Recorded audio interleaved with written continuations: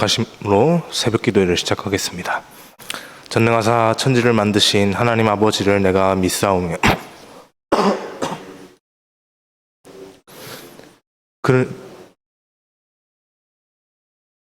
본디오 빌라도에게 고난을 받으사 십자가에 못 박혀 죽으시고 장사한 지 사흘 만에 죽은 자 가운데서 다시 살아나시며 하늘에 오르사 전능하신 하나님 우편에 앉아 계시다가 저리로서 성령을 거룩한 공회와 성도가 서로 교통하는 것과 영원히 사는 것을 믿사옵나이다. 아멘. 찬송가 391장 찬양하겠습니다. 391장입니다.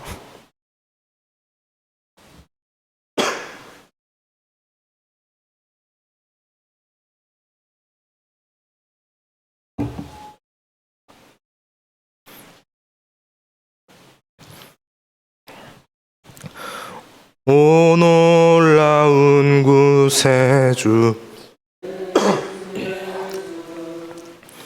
능력의 주시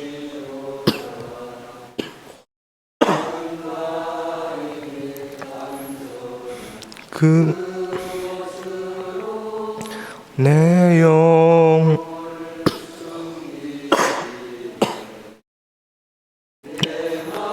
마른 땅을 나 피곤치 아니하며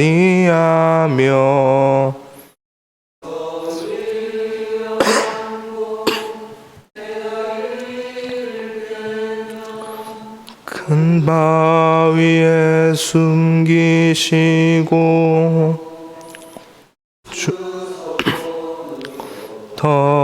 덮으시네. 오 놀라운 구세주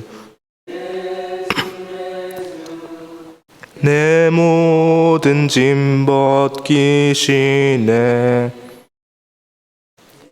악에서 날 또 나의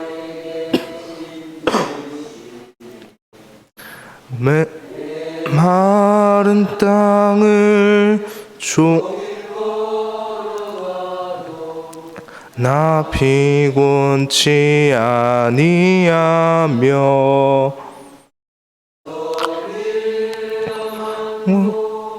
내가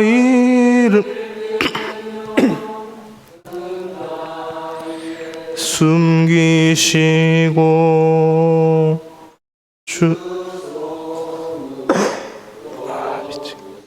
네, 증량 못할 은혜로 채우시며 늘 성령에 감화 주사 큰 기쁨 중 주님을 찬양토록 내 믿음을 도우시네.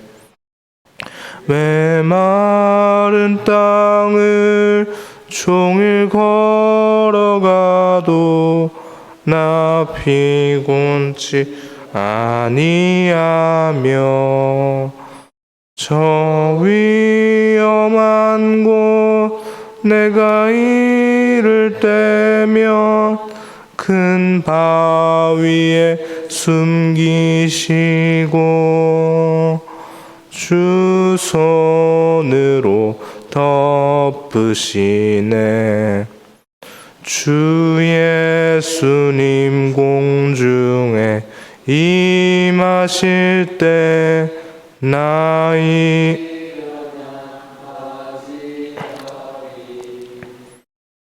그 구원의 은총을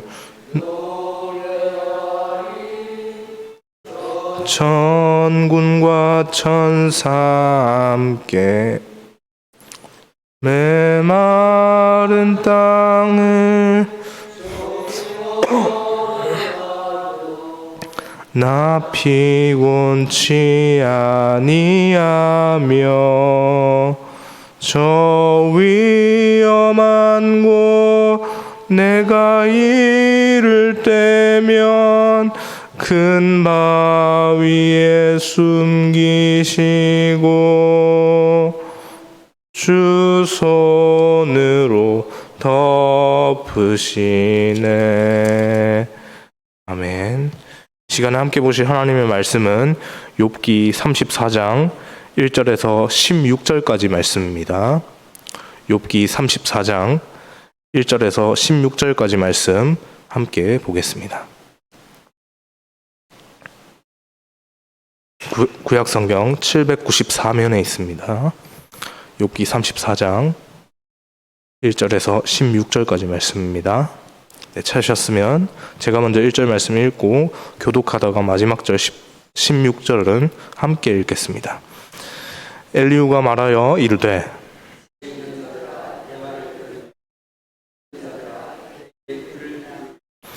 입이 음식물의 맛을 구별함 같이 귀가 말을 분별하나니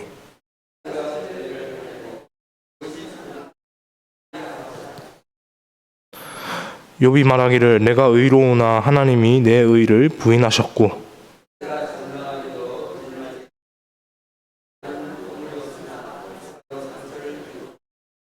어떤 사람이 욥과 같으랴 욥이 비방하기를 물 마시듯 하며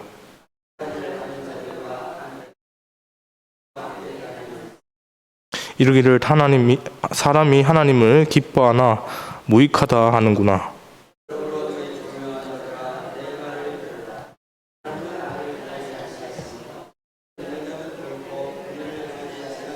사람의 행위를 따라 갚으사 각각 그의 행위대로 받게 하시나니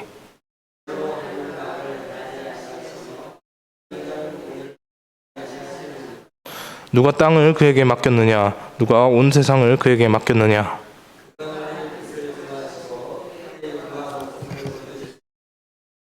모든 육체가 다 함께 죽으며 사람은 흙으로 돌아가리라. 만일 내가 총명이 있거든 이것을 들으며 내 말소리에 귀를 기울이라. 아멘. 성도님들, 우리가 삶을 살아가면서 다양한 어떤 법적인 문제들과 직면할 때가 종종 있습니다. 그런 이제 법과 관련된 문제들을 우리가 직면하게 되면 그런 상황이 되었을 때 우리가 어디서 그 문제들을 해결받습니까? 그 장소 법과 관련된 장소가 어디입니까? 해결하는 장소 법원이죠. 예. 법원에서 재판을 통해서 이런 법과 관련된 분쟁들을 해결하는 것을 우리가 많이 그런 상황들을 겪습니다. 생각보다 우리 생활과 법이 그렇게 멀리 떨어져 있지 않다라는 것을 우리가 좀 생활을 하면서 또 보기도 하는데요. 재판을 하는 과정에 이렇게 이제 법과 관련된 문제들을 해결하는 이 재판을 하는 과정에는 다양한 사람들이 이렇게 각자 자리를 지키면서 그런 직무들을 수행하는 것을 볼 수가 있습니다. 변호사는 어떤 일을 합니까? 사건을 의뢰한 사람의 그 법률적 대리인이 되어서 그 대리인의 자격으로 재판 과정에서 의뢰인의 입장을 법률적 지식을 적용해서 이렇게 의뢰인의 입장을 이렇게 대변해서 이렇게 얘기를 하는, 어필을 해주는 그런 역할을 하고요. 또 판사는 그 모든 것들을 종합해서 판결을 선고하지 않습니까? 네, 뿐만 아니라 또 민사재판에서는 또 그렇지만 또 한편으로 형사재판, 이제 형사사건들과 관련된 재판에서는 또 피고인의 범죄 행위에 대해서 처벌을 구형하는 무슨 사자입니까? 무슨 사가 들어갑니까? 검사라고 하는 사람들이 있죠. 또 최근 들어서 이 우리나라에 도입되기 시작한 국민 참여 재판이라는 것이 있습니다. 그 좀 특별한 재판인데 국민들이 참여해서 자기들의 목소리를 좀 법 판결에 좀 반영하는 그런 재판인데, 그런 특별한 재판 같은 경우에서는 법조인의 신분이 아닌 사람들을 법원이 임의로 그 사람들을 임의로 임명을 해서 채택을 해서 그들의 의견을 이제 법 판결에 반영하기도 하는 그런 모습들을 보이기도 하는데요. 이때 법원이 임의로 그 사람들을 채택하는 그 사람들을 배심원이라고 합니다. 이렇게 배심원은 각자의 지식과 양심에 따라서 그 사건을 판단해서 판사 옆에서 판사가 올바른 결정을 할 수 있도록 돕는 역할을 하죠. 제가 처음에 시작을 하면서 이 말씀을 드리는 것은 오늘 본문의 분위기가 법정에서 재판받는 것과 같은 비슷한 느낌을 주기 때문입니다. 오늘 본문 34장은 어제에 이어서 엘리후가 욥에게 하는 말이 이어지는데요. 여러분, 어제 본문에서 엘리후가 하나님의 변호인을 자청하면서 피고인인 욥에게 신문하는 것 같은 그런 모습을 보았습니다. 하나님의 변호인인 양 그렇게 말하는 엘리후가 오늘 본문에서는 자신과 욥 사이에 수많은 배심원들을 그렇게 소환합니다. 수많은 배심원들을 이렇게 한번 배심원들 자리에 앉으시고 제 이야기를 한번 들어보십시오 라고 이렇게 하면서 그렇게 소환하는 모습들을 볼 수 있습니다. 엘리후와 욥이 함께 있는 이 재판장으로 소환된 이 배심원들에 대해서 본문 2절 말씀에 이렇게 말을 하고 있습니다. 2절 말씀입니다. 함께 읽겠습니다. 지혜 있는 자들아, 내 말을 들으며 배심원들이 어떤 사람들입니까? 배심원들이 어떤 사람들이라고 지금 말하고 있죠? 지혜 있는 자들입니다. 일반 사람들이 아니고요. 지혜 있는 자들입니다. 배심원들을 불러 모아놓고 엘리후는 하나님을 원망하고 불평을 쏟아내었던 그 욥의 말들에 대해서 집중적으로 비판하는 모습을 보이고 있는데요. 이것을 통해서 욥의 허물을 들추어내려고 합니다. 계속해서 욥의 허물, 너가 분명히 잘못했지 않느냐라고 하는 것들을 들춰내려고 합니다. 여러분, 엘리후라는 사람은 사실 욥을 비롯한 다른 친구들에 비해서 나이가 연소한 것을 우리가 알 수 있습니다. 그 연소함과는 반대로 근데 그의 지혜와 영적인 분별력에 대한 평가는 또 반대로 또 상당하다는 것을 또 확인할 수도 있는데요. 그럼에도 불구하고 고난당하는 욥을 대하는 어제와 오늘과 또 이후에서 계속해서 엘리후가 보이게 될 그런 욥을 대하는 태도를 보면 그동안에 우리가 살펴보았던 욥의 세 친구들이 있죠. 누구입니까? 엘리바스, 빌닷, 소발. 이 세 친구의 모습과 크게 다르지 않다는 것을 볼 수가 있을 겁니다. 엘리후가 이런 모습을 보이는 이유, 그가 나이가 어림에도 불구하고 지혜가 있고 굉장히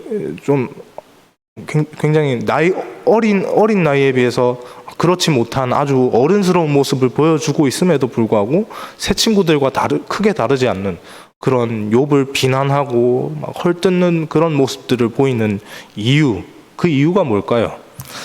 아무래도 나이의 연소함에도 불구하고 자신이 갖고 있던 그 유별난 지혜를 지나치게 확신한 나머지 그렇게 되지 않았을까? 내가 지혜가 있다. 나는 나이가 어림에도 불구하고 내가 그 여러분들에 비해서 나이가 많은 우리 형님들에 비해서 내가 그에 뒤지지 않을 인생의 경험들 나도 많이 했다라고 하는 그런 지혜들, 인생의 지혜들을 자신이 갖고 있다라는 것을 어필하는 그런 모습 속에서 그렇게 되지 않았을까라는 그런 생각을 해보게 됩니다. 자기가 갖고 있는 지혜를 너무 과하게 확신한 나머지 영적인 교만에 빠진 것이죠. 앞에 새 친구들의 모습과 모습도 이와 같은 모습, 이와 비슷한 모습이긴 하지만 엘리후는 특별히 욥의 세 친구들에 비해서 나이가 어립니다. 나이가 어리면 그렇다면 물론 성경에서는 세 친구와 엘리후를 크게 구별하지 않고 나이적으로 그렇게 크게 구별하지 않고 있기는 하지만 그럼에도 불구하고 본인이 나이가 좀 어리다면 그런 표현하는 방식에 있어서 조금 더 지혜롭고 정중하게 했어야 하지 않겠습니까? 좀 더 조심스럽게 좀 상대방을 배려하면서 물론 새 친구들도 그렇게 하는 것이 맞지만 새 친구들이 그렇게 하지 못했다면 앞에서 새 친구들이 하는 말들을 계속 보고 욥이 그렇게 얘기하는 것들도 계속 주고받는 것도 봤다면 그 이후에 욥을 향해서 이렇게 엘리후가 말하는 이때는 엘리후는 좀 더 본인이 지혜가 있다고 한다면 그 지혜를 좀 더 신중한 방향으로, 좋은 방향으로, 긍정적인 방향으로 바꾸어서 이렇게 좀 앞에 새 친구들과는 다른 이야기들을 좀 했어야 하지 않을까, 그런 생각들을 해보게 됩니다. 욥과 새 친구들이 논쟁을 다 끝난 뒤에 그렇게 엘리후가 말했지 않습니까? 분명히 그렇게 했어야 했죠. 그러나 엘리후가 보여준 것은 결국 연소한 자신의 나이에도 불구하고 충만하게 차있던 그 자신의 지혜, 내 속에는 지혜가 가득 차 있다라고 하는 이 지혜를 지나치게 의지하고 그것을 상대방에게 어필하는 모습으로 그렇게 나아갔던 것이죠. 여러분, 우리에게는 결코 다른 사람을 함부로 정죄할 권리가 없습니다. 왜냐하면 우리 모두는 결코 공의로운 판단을 할 수 없는 죄인의 신분이기 때문입니다. 우리가 지금 죄인의 신분임에도 불구하고 거룩한 하나님과 함께 할 수 있는 것은 우리의 자격이 아니라 하나님께서 우리에게 찾아오셨기 때문이죠. 우리의 자격이 있어서 그렇게 되는 것이 아니라 하나님께서 우리에게 찾아오셨기 때문에 그렇습니다. 거룩하신 하나님께서 죄 많은 우리에게 찾아오시기 위해서 죄 없으신 아들 예수 그리스도께서 우리의 죄를 십자가에서 지시고 다 가셨지 않습니까? 그렇게 우리는 오직 예수님의 이름으로 하나님 앞에 나아갈 수 있는 양자됨의 자격을 부여받았죠. 하나님의 긍휼하심이 아니었다면 결코 이러한 일들이 일어나지 못했을 겁니다. 이렇게 우리 스스로는 전적으로 죄에 대해서 무능력한 죄인인데, 그런데 어떻게 우리 자체가 기준이 되어서 우리 속에 있는 것들을 기준점을 삼아서 다른 사람을, 하나님의 사랑을 향하고 있는 나 아닌 다른 사람, 나를 사랑하듯 또 다른 사람을 하나님께서 또 사랑하고 계시는데, 하나님의 사랑이 향하고 있는 그 사람을 향해서 내가 나를 기준 삼아서 그렇게 너 그거 잘못됐어 라고 그렇게 어떻게 말을 할 수 있겠습니까? 어떻게 다른 사람을 그렇게 찍어서 누른단 말입니까? 여러분, 우리 각 사람을 판단하시고 심판하실 수 있는 분은 오직 공의로우신 하나님뿐이십니다. 오늘 본문 10절 하반절에서 15절까지의 내용을 보면 엘리후도 이러한 사실을 인지하고 있습니다. 분명히 인지하고 있습니다. 그것을 욥에게 말합니다.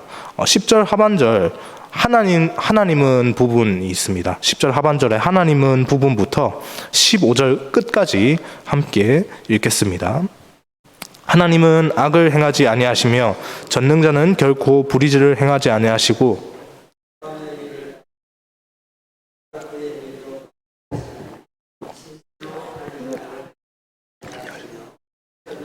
공의를 굽히지 아니하시니라. 누가 땅을 그에게 맡겼느냐? 누가 온 세상을 그에게 맡겼느냐? 그가 만일 뜻을 정하시고 그의 영과 목숨을 거두실진대 다 함께 죽으며 사람은 흙으로 돌아가리라. 방금 전에 제가 말씀드렸던 것과 일맥상통한 것을 엘리후도 동일하게 이렇게 고백하고 있습니다. 하나님께서 다 하신다라는 것 고백하고 있습니다. 그러나 본문 2절 하반절과 또 16절 하반절의 말씀, 두 구절의 말씀을 하반절의 말씀을 보면 내게 귀를 기울이라, 내 말소리에 귀를 기울이라 라고 합니다. 엘리후가 그렇게 말을 합니다. 엘리후가 진정으로 자신이 고백한 사실에 진정으로 그렇게 부합하는 삶을 살았다면, 부합하는 그 행동들을 한다면 결코 욥을 향해서 이렇게 정죄하는 말, 다른 새 친구들과 다를 바 없이 이렇게 너가 잘못했다라고 16절 우리가 읽었던 16절 이하부터 이제 34장 끝까지 욥을 가혹하게 물어뜯고 있는 엘리후의 모습을 볼 수 있는데, 이렇게 진정으로 하나님에 대해서 그렇게 겸손한 모습을 보이고 그런 모습을, 지혜 있는 모습을 보였다면 이런 모습을 보여서는 안 됩니다. 그런데 엘리후는 그런 모습들을 보였던 것이죠. 그러니까 결국 또 본인이 지혜가 있다라고 하지만 결국 그 지혜는 다른 새 친구들과 다를 바 없는 그런 모습과 그런 모습으로 나타나는 겁니다. 한 해를 마감하는 12월의 시간 속에서 우리의 모습을 돌아보는 가운데 우리에게 또 혹시나 순간순간 삶을 살아오면서 나에게 이런 교만한 모습이 있지는 않았는지 한번 되돌아볼 수 있는 시간이 있기를 소망합니다. 우리 되게 하는 것, 그것은 결코 우리가 가진 어떤 것이 아닙니다. 엘리후는 지금 본인이 지혜가 있고 나이가 어리지만 내가 지혜가 있고 세상에 있는 모든 거 내가 경험할 만큼, 간접적이든 직접적이든 경험할 만큼 다 해봤다라고 그렇게 의기양양하면서 그렇게 자신 있게 욥을 향해 그렇게 얘기하고 있지만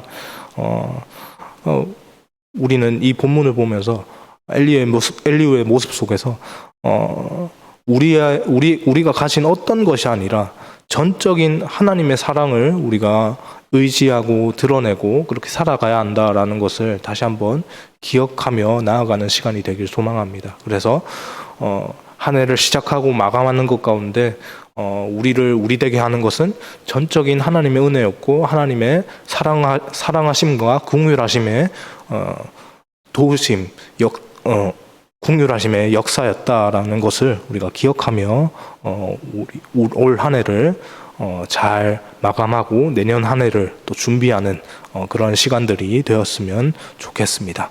그렇게 그 사랑을 받은 자로서, 하나님께 그 사랑을 받은 자로서 겸손하게 하나님의 사랑을 또 받은 사랑을 또 흘려보낼 수 있는 사랑의 통로로서의 역할을 충성되이 감당하는 우리 모두가 되기를 소망합니다. 기도하겠습니다. 사랑의 주님, 감사합니다.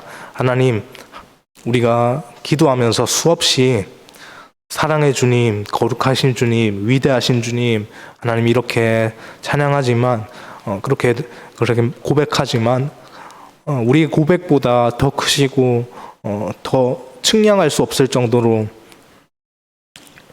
아득히 크신 하나님을 우리가 성경을 통해서 바라봅니다. 하나님, 성경을 통해서 하나님 당신에 대해서 이렇게 말씀하여 주시고 드러나 주시는데, 하나님, 우리는 우리의 얕은 지식으로 내가 하나님에 대해서 그래도 신앙생활 하면서 알고 있고 이러이러한 분이고 라고 하는 그러한 얘기들을 하면서 때때로 우리 속에 교만한 모습으로 세상을 살고 있진 않았는지, 하나님, 오늘 엘리후의 모습을 보면서 우리가 인생을 돌아보게 하여 주옵소서.